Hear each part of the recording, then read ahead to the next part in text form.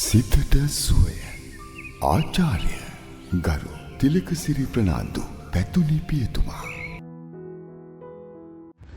සිතට සුවය වලදෙමු මලකුණක් ගොඩ දමා ගත්තාසේ.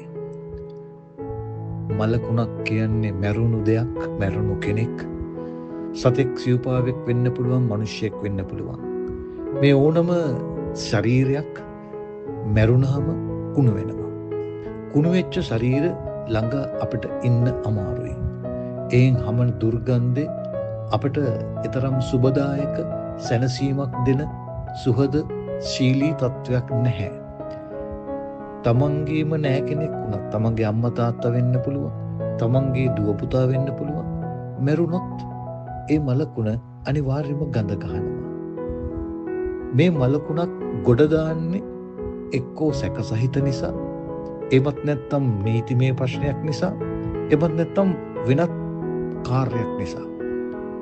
හැබැයි කුණු වෙච්ච ශරීරයක් ගොඩ දානකොට අවට ගම් 7කට ඉන්න බැරි වෙන්න ඒ ශරීරයේ ඒ මලකුණ ගඳ ගහනවා.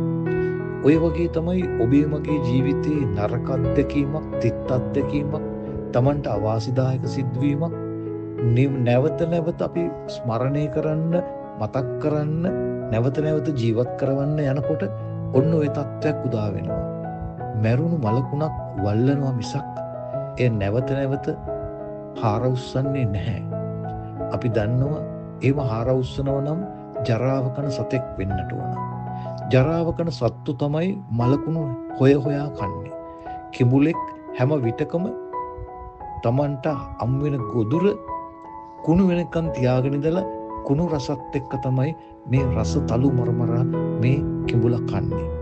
අපි අතරත් ඉන්නව ඒ හා සමාන මිනිස්සු.